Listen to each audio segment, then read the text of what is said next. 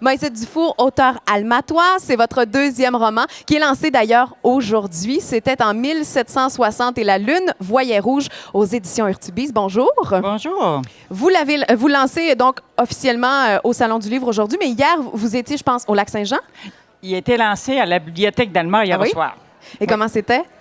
C'était parfait. J'avais un beau public, vraiment beaucoup de monde. C'était très sympathique. Pour la petite histoire, Madame Dufour, vous êtes comptable de profession, avez étudié en linguistique, sciences de l'éducation, maîtrise en littérature, l'histoire également, ça vous parle beaucoup, bien sûr, comme on en est témoin dans ce deuxième roman. Moi, ça me fascine. Les chiffres et les lettres, ça peut se retrouver dans une même personne et bien cohabiter? Bien, les chiffres, c'est pour gagner ma vie, puis les lettres, c'est par plaisir. La passion a pris le dessus, maintenant. Oui, oui. Qu'est-ce que ça raconte, La Lune voyait rouge? C'était en 1760 et La Lune voyait rouge. Oui, bon, La Lune voyait rouge, le titre est intriguant un petit peu, laisse un peu de mystère. En réalité, c'est que la Lune voyait les habits rouges qui mettaient le feu partout lors de la conquête. C'était des pyromanes et la Lune voyait rouge. La Lune est en colère, parce que voir rouge, ça veut dire être en colère aussi. Donc, elle est en colère par rapport à ce qu'elle voyait sur le Québec, sur la Nouvelle-France. Donc, on comprend que c'est un roman historique. Qu'est-ce que ça demande comme recherche, comme travail pour mettre les bases d'un roman historique? Ça m'a demandé comme 8 ans de littérature. Oh! Pas à plein temps, là, mais quand même beaucoup de littérature. Ouais. Une revisite de l'histoire, parce que notre histoire avait été assez brève à l'école, là, vraiment, quand on apprenait que les bateaux anglais arrivaient devant Québec, bombardaient pendant 2 mois, montaient à l'Anse-au-Foulon, et puis en 2 heures, ils avaient gagné la guerre. C'était un peu plus que ça. Donc, une revisite de l'histoire pour commencer. Ensuite, c'est ça, avec des personnages que j'ai intégrés à cette histoire-là. Donc, il est question de la Grande Conquête. Qu'est-ce qui vous fascine tant de cet événement historique? En fait, c'est peut-être partie du nationalisme, de notion de nationalisme. On sait qu'au Lac-Saint-Jean, on est très séparatiste, nationaliste. L'intérêt pour ce qui s'était passé, le passé est garant de l'avenir quand on sait, ne serait-ce que de la façon dont les Anglais nous voient encore aujourd'hui. Ils nous verront jamais comme le reste des Canadiens. Et on voit d'où ça part avec l'étude de cette période-là. La scission part de loin. Et vous aviez quand même une bonne pratique, en quelque sorte, de ce territoire-là et de cette époque-là avec le premier roman, Les Quatre Temps, dont l'action se déroulait entre 1690 et 1735 sur la côte de Charlevoix. C'est donc une période historique que vous revisitez un peu, en quelque sorte, pour une deuxième fois? Oui, c'est un peu une continuité, parce que je trouvais que cette période-là, 1690-1740, était assez tranquille en Nouvelle-France, à part, ça avait été la Grande Paix avec les Indiens, donc Walker avait essayé de venir combattre Québec, mais il avait échoué. Donc, c'était tranquille au point de vue historique. Puis je me disais, mais la période de la conquête, elle, aurait été plus intéressante.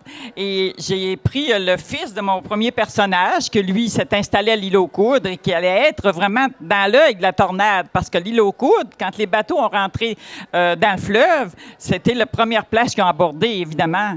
Ils se sont installés là. La même chose pour l'île d'Orléans. Alors, c'était intéressant au point de vue drame, au point de vue de ce qui allait se passer. Vous faites donc des recherches. Est-ce que vous allez jusqu'à visiter les lieux? Absolument, oui. Surtout visiter, je dirais, pour jauger les distances, par exemple. Aujourd'hui, on ne peut pas s'imaginer ce que ça a pu changer, là. Un exemple, là, quand les premiers à l'île aux Coudres faisaient des signaux avec du feu pour dire à Québec que les bateaux anglais s'en venaient. C'était la seule façon de leur signaler que les bateaux arrivaient sur le fleuve. On ne peut pas s'imaginer ça. Avec les cellulaires, on s'enverrait un texto puis on le saurait, toute la gang. Oui, on a de la misère à retourner en arrière. Puis ne serait-ce que les distances. Par exemple, quand les Anglais attaquent Baie-Saint-Paul, tout le monde connaît Baie-Saint-Paul, mais peu savent si on peut parcourir à pied, en courant, mettons pour les soldats, d'une rive d'un côté à l'autre de la baie. Tu sais, on regarde ça, nous autres, avec un beau panorama touristique, là, mais il y a à peu près 1 ou 2 ou 5 kilomètres. Est-ce que les Anglais pouvaient courir dans une demi-heure se rendre de l'autre bord quand ils ont attaqué, par exemple? Donc, il fallait comme le marcher pour le savoir. C'était des questions. Vous êtes prêté à l'exercice. Donc, des bonnes jambes solides et une bonne plume également. Vous avez donc fait beaucoup de recherches pour mettre les bases de tout ça. Et j'imagine que le plaisir commence quand on se met à broder avec notre créativité autour des faits. Oui, effectivement. Et je disais hier soir au lancement que le plus difficile pour les auteurs de romans historiques, c'est d'intégrer l'histoire avec les personnages. En fait, la réalité avec la fiction, si on veut. Puis là, c'est ça, pour que ce soit crédible ou plausible ou intéressant, tout au moins, il faut que les personnages soient bien intégrés à l'histoire, sans que ce soit didactique, là, sans que tu sois dire, regardez, là, ils ont vécu ça, puis là, ben, mon personnage vit ça. Mais non, tu sais, ton personnage, il est dans l'histoire, là. Donc, ça demande de l'intégration. Et ça doit être réaliste, mais en même temps, la période que vous choisissez est quand même assez lointaine. Oui. On ne parle pas de 39-45, ou c'est quand même début 1700. Alors, bien sûr qu'on peut s'imaginer certaines choses aussi et croire que c'était de telle façon, je suppose. Par exemple, les conditions aussi. On est en temps de guerre, c'est une crise. Il y a l'hiver québécois. Il y a certainement des problématiques que vous avez eu à créer, des environnements qui sont particulièrement difficiles là-dedans. Oui. Entre autres, ça se passe là, quand il les recrute, les miliciens de Charlevoix, pour se rendre à Québec, attaquer Québec, c'est-à-dire la contre-attaque de Lévis. C'est que en avril, au Québec, là, c'est très difficile, les routes à cette période-là, parce que d'abord, entre Saint-Joachim, ce qu'on appelle les côtes, et se rendre à Petite-Rivière, c'était infranchissable. Les routes ont été faites comme en 1850. Donc, comment ils allaient traverser les caps, les miliciens de Charlevoix, pour aller rejoindre à Beauport la milice? Donc, les routes étaient... la terre, c'était en dégel, pas assez de neige pour faire de la raquette, et la glace était déprise sur le fleuve. Comment on se rend à Québec? Et on a juste à s'imaginer, quand ils font le concours là, sur les glaces, là, la traverse des glaces avec les canaux, là, bien, c'était à peu près le seul moyen qu'il y avait. Donc, c'était un des défis des miliciens de Charlevoix de se rendre à Québec. Est-ce que vous vous êtes déjà demandé si vous alliez faire plutôt un livre de documentation plutôt qu'un roman, ou ça a été vraiment un naturel de créer, d'y aller vers le roman? À votre premier, peut-être? Bien, j'avais une écriture plutôt condensée, genre j'avais édité des nouvelles ou des haïkus, où c'était une écriture plus condensée. Bon, je pensais pas d'avoir assez d'imagination pour écrire des romans, pour m'étendre plus. Et petit à petit, chapitre par chapitre, ben, je me suis aperçu que oui, je pouvais écrire, aller dans le roman un peu plus large, là, créer un univers. Donc, dans la documentation, évidemment, on se doute que les sources sont nombreuses, mais pour ce qui est de justement l'aspect créatif et les autres romans, quels auteurs vous inspirent? Oh! Je lis énormément. J'avais un Français qui s'appelle Michel Folco, un historien extraordinaire qui écrit sur les bourreaux, l'histoire des bourreaux, ou ne serait-ce que Ken Follett, là, qui vient de publier son 3e de sa trilogie, là, qui est l'histoire du monde. Tous les historiens, tout m'intéresse. Je suis très curieuse, oui. Le premier roman se passait à Charlevoix. Donc, le second, c'est L'île aux coudes, le point de départ. Oui. Est-ce qu'éventuellement, il sera question du Saguenay-Lac-Saint-Jean? Non, pas vraiment. Non. Ça, c'est le 2e siège de Québec. Où c'est Lévis qui contre-attaque et qui est au pied des remparts. Mais là, je travaille sur le 3e siège de Québec, où les Américains montent et essayent ils voudraient que les Québécois, les Français se joignent à eux contre l'Angleterre. Et il y a siège Québec en plein hiver. Et en fait, c'est presque la température qui en vient à bout, là. Mais donc, bon. vous arrêtez pas, vous en continue l'écriture? Oui, j'étais même pas acceptée encore, puis j'avais déjà mon projet, puis c'est par intérêt, par plaisir, puis oui. Mais c'est valorisant d'être édité naturellement quand tu écris, puis tu mets à la poubelle, c'est pas tellement intéressant. Le premier a été bien reçu, donc j'imagine que quand on se met à l'écriture du 2e et maintenant pour le 3e, on est gonflé de confiance. Oui, là, c'est intéressant, oui, absolument. Quand on sait aussi qu'on a une ouverture pour l'édition, parce que c'est pas facile, là, oui. On va se retrouver effectivement dans les mains des gens, dans leur foyer, et qu'ils puissent se le procurer. Oui. Aussi, de donner un peu des notions d'histoire. On me disait, M. Daniel Côté du journal Le Quotidien, ils disent l'intérêt pour ces livres-là est peut-être qu'il n'y a pas beaucoup de cours d'histoire maintenant. Et que c'était une façon détournée d'aller chercher de l'histoire aussi. C'est pas bête, là. J'ai trouvé son idée. C'est vrai? Bon sens, oui. Ils ont l'air de quoi, justement, vos lecteurs? Vous les avez rencontrés hier et pour le premier livre également. Qui va vous voir à votre rencontre pour vous remercier d'avoir fait ce livre-là? Tantôt, on me demandait quel salon du livre j'aimais faire. Il me suggère Montréal. Moi, je dis Montréal, c'est pas mon public. Mon public, c'est la Côte-Nord, c'est l'Abitibi, c'est Québec. Mais plus encore la Côte-Nord, l'Abitibi ou Rimouski, où tu vas retrouver plus de nationalistes qui vont aimer l'histoire, cette partie d'histoire-là qui est à la base du sujet de l'heure au Québec, c'est-à-dire la séparation. Si on parle du personnage central de La Lune voyait rouge, comment vous l'avez composé, ce personnage, à partir d'informations de votre création, à partir du roman précédent aussi, je suppose? Oui, absolument. Là, il y a un généalogiste de notre famille qui m'a amené un personnage intéressant, une femme. En réalité, c'était pas mon aïeul, il y avait une femme qui disait que c'était un personnage. Un Dufour, donc, comme vous? Hein? Qui a été mariée à mon ancêtre Dufour. OK. Et cette femme-là avait vraiment été extraordinaire. D'abord, elle a eu 10 enfants avec Dufour, donc elle a été la mère de tous les Dufour de Charlevoix. Et elle a été, par un deuxième mariage, la mère de tous les Boilly du Québec.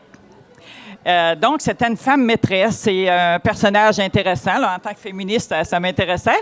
J'ai laissé mûrir un bout de temps, puis j'ai parti avec elle. Puis là, Dufour s'est noyé en allant à l'île aux Coudes. Donc, je me disais... Comme je vous disais tantôt, cette période-là, je la trouvais un peu plate au point de vue historique. Puis je me disais, leurs enfants, eux, ils ont vécu la conquête. Donc, son dernier né, qui a émigré à l'île aux Coudes, qui a peuplé l'île aux Coudes, Dufour, c'est ce personnage-là que j'emporte dans ce livre-là. Là. Puis, curieusement, son père s'était noyé en allant sur sa terre de l'île aux Coudes, et lui était navigateur et il s'est noyé aussi. Il y avait énormément de noyades à cette période-là. Donc, père et fils, les deux Dufour se sont noyés. Moïsette Dufour, merci beaucoup. Ça a été un plaisir de vous rencontrer.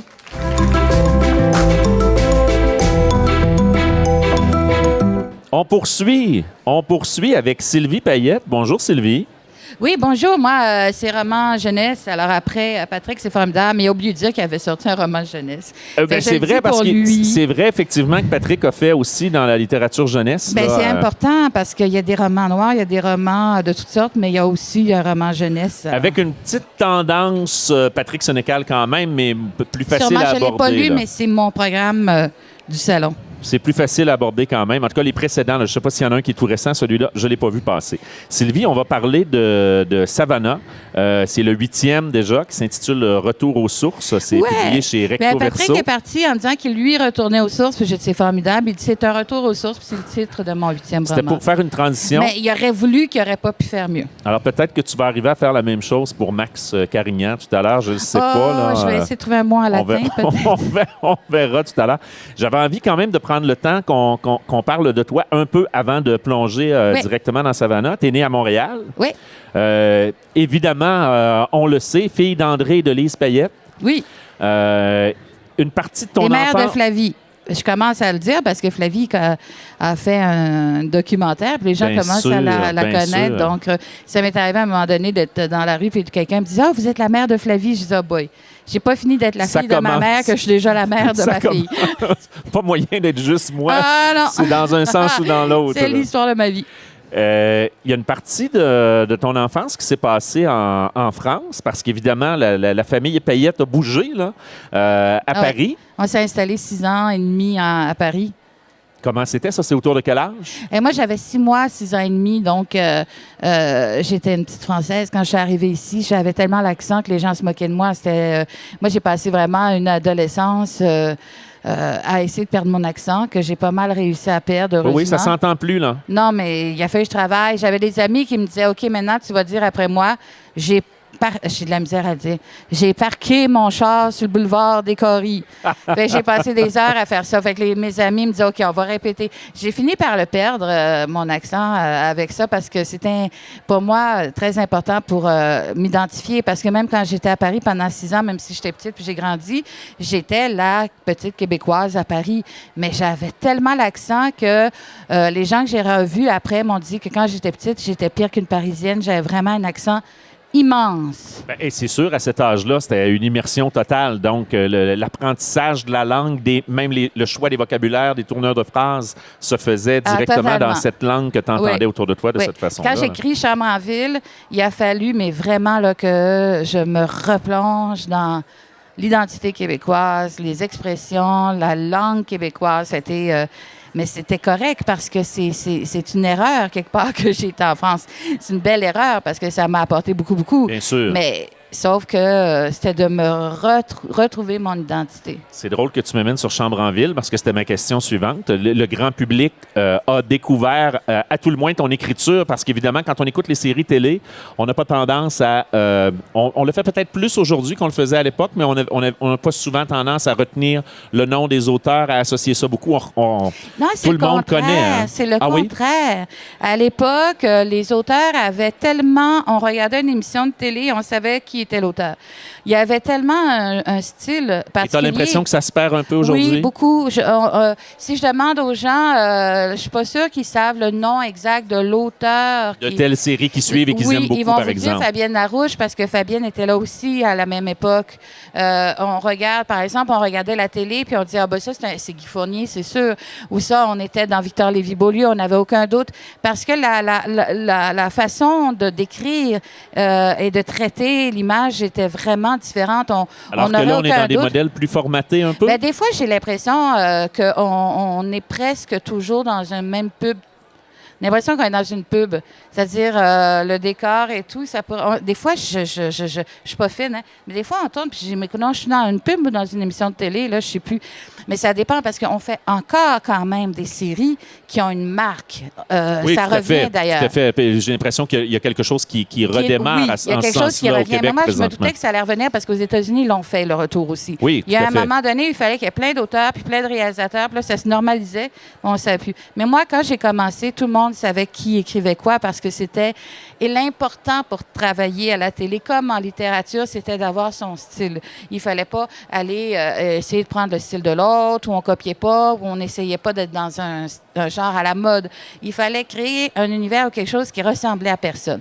Quand moi, j'écris Chambre en ville, j'étais la première émission de type téléroman qui n'avait que des jeunes comédiens, c'est-à-dire des personnages qui avaient entre 16 et 20 ans. Et puis, j'étais arrivée avec un style différent. Il fallait, si j'avais été dans la même chose que ça a l'autre, eu un non. impact, ça a eu un impact énorme. J'imagine que tu en entends parler encore très régulièrement. Il n'y a pas une journée qui passe sans que j'en entends parler. Et chaque fois, je rencontre les comédiens parce que là, on fait notre 25e anniversaire, justement. Ça en ce fait déjà moment 25 ans. que ça a commencé, oui, au mois de septembre, il y a 25 ans. Donc, on fête en ce moment, c'est pour ça d'ailleurs que les DVD, les 7 années sont sortis. Oui. Ça se vend très bien parce que les parents présentent ça aux jeunes et les jeunes aiment ça encore, c'est que je n'en reviens pas, là.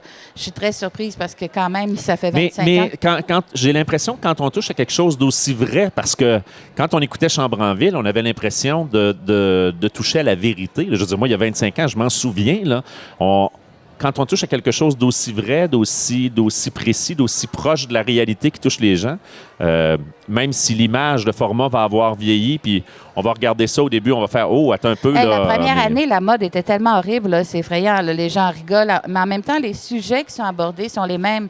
C'est ce qui, moi, m'inquiète un peu parce que 25 ans plus tard, ce sont les mêmes sujets. Alors, il y a des scènes où on parle d'écologie, puis ils disent la couche d'ozone, les problèmes de pollution, les problèmes de recyclage. Puis je me dis, mais c'est pas possible. On a l'impression de faire un peu de c'est les surplace, mêmes. là. Ouais. Les mêmes choses. Mais quand on parle de rapport humain, là, savoir comment je réagis quand il y a telle chose, les parents se séparent, comment on réagit, ça, c'est toujours actuel. Ce qui fait qu'il y a énormément de gens qui me disent, même ici, il y a des auteurs qui viennent me dire, on a regardé le début de la série avec mes enfants et puis ils décrochent pas de l'écran, ils adorent ça. Ils me disent, je demande, est-ce que tu trouves pas que ça vieillit? Puis non, ils trouvent pas. Ils le voient pas. Ils voient bien que la mode est plus la même, mais c'est pas si flagrant que ça. Juste avant de passer à Savannah, parce qu'évidemment, je veux qu'on prenne du temps pour parler de la série Savannah, je découvrais en fouillant, parce que je connaissais ton écriture, je connaissais Chambre en ville, je t'avais entendu à la radio à une certaine époque aussi, mais je ne savais pas que tu étais entrée à la télévision et dans ce monde-là par l'univers du maquillage. Oui!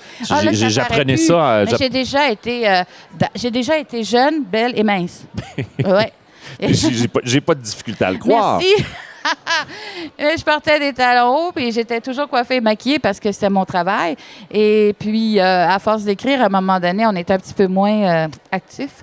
Mais j'étais maquilleuse. Oui, moi, j'ai maquillé Céline Dion, j'ai maquillé Ginette Renault, j'ai maquillé tout le monde. Là. Et est-ce que c'est les le fait... acteurs de cinéma aussi. Est-ce que c'est le fait de graviter dans cet univers-là qui t'a donné envie de plonger dans l'écriture ou Non, si c'est quelque chose qui était déjà là? L'écriture, c'est quelque chose qu'on a en soi. Je pense comme la musique. Moi, j'ai essayé de faire de la musique, puis je n'étais pas talentueuse. J'aimais beaucoup ça, là, mais c'était pas...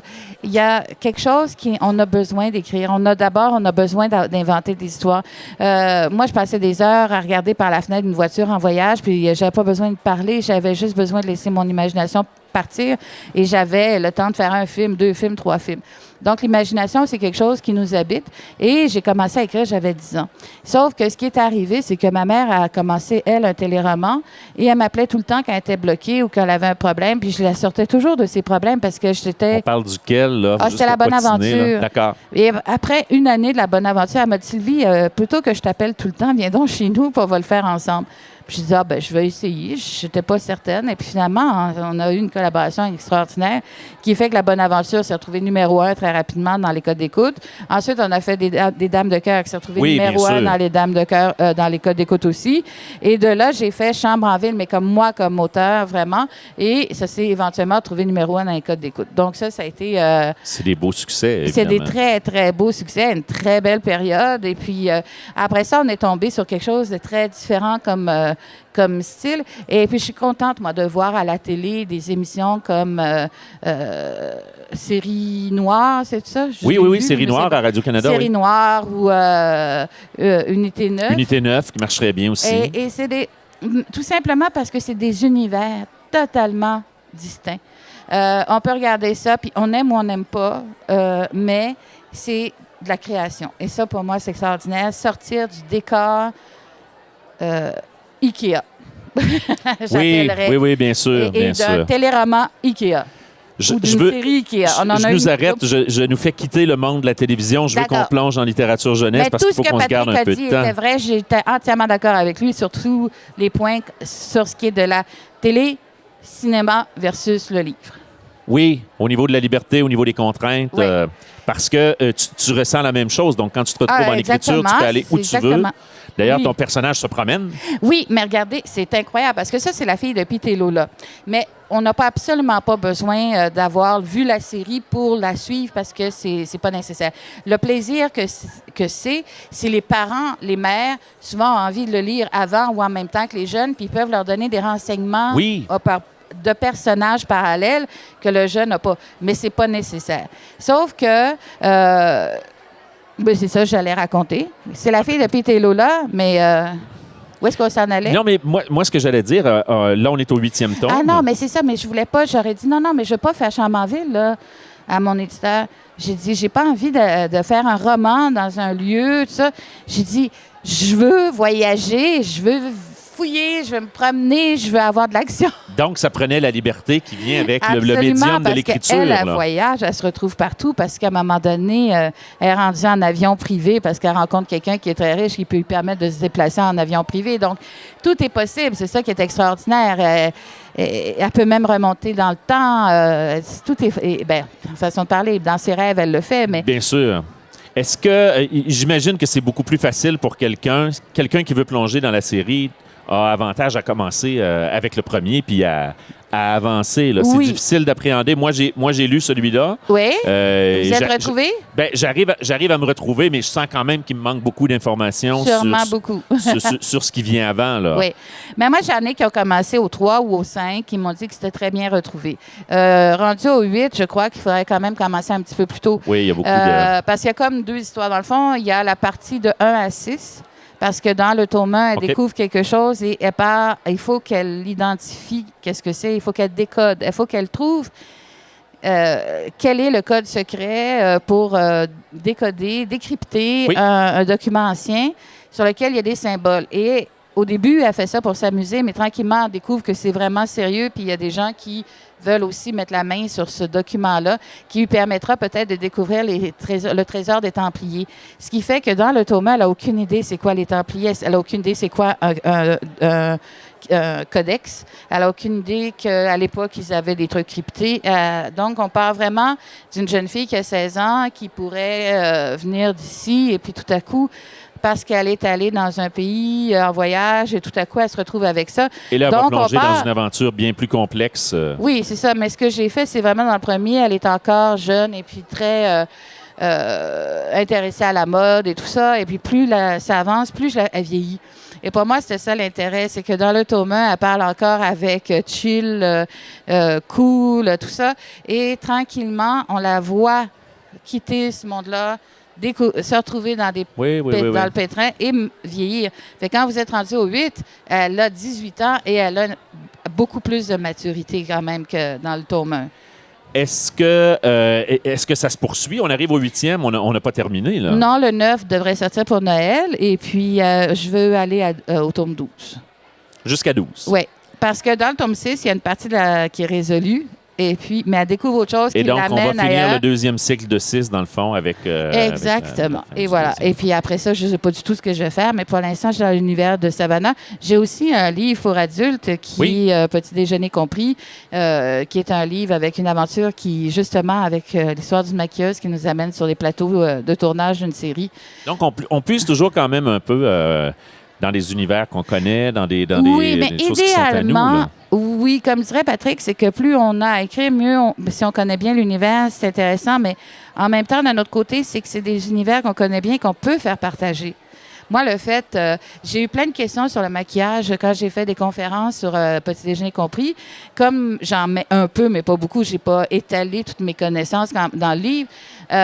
Les gens me disent « Ah oui, mais est-ce que vous avez un truc pour telle chose? Est-ce que vous savez quoi faire pour telle affaire? » Je sais tout. Je sais comment les filles arrivent à avoir 3 tailles de poitrine de plus dans un décolleté. Je peux vous l'expliquer comment on peut faire ça en maquillage.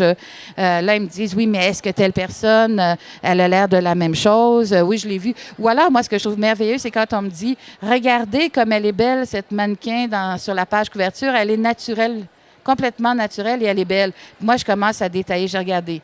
Ici, elle a telle chose, ici, elle a telle chose.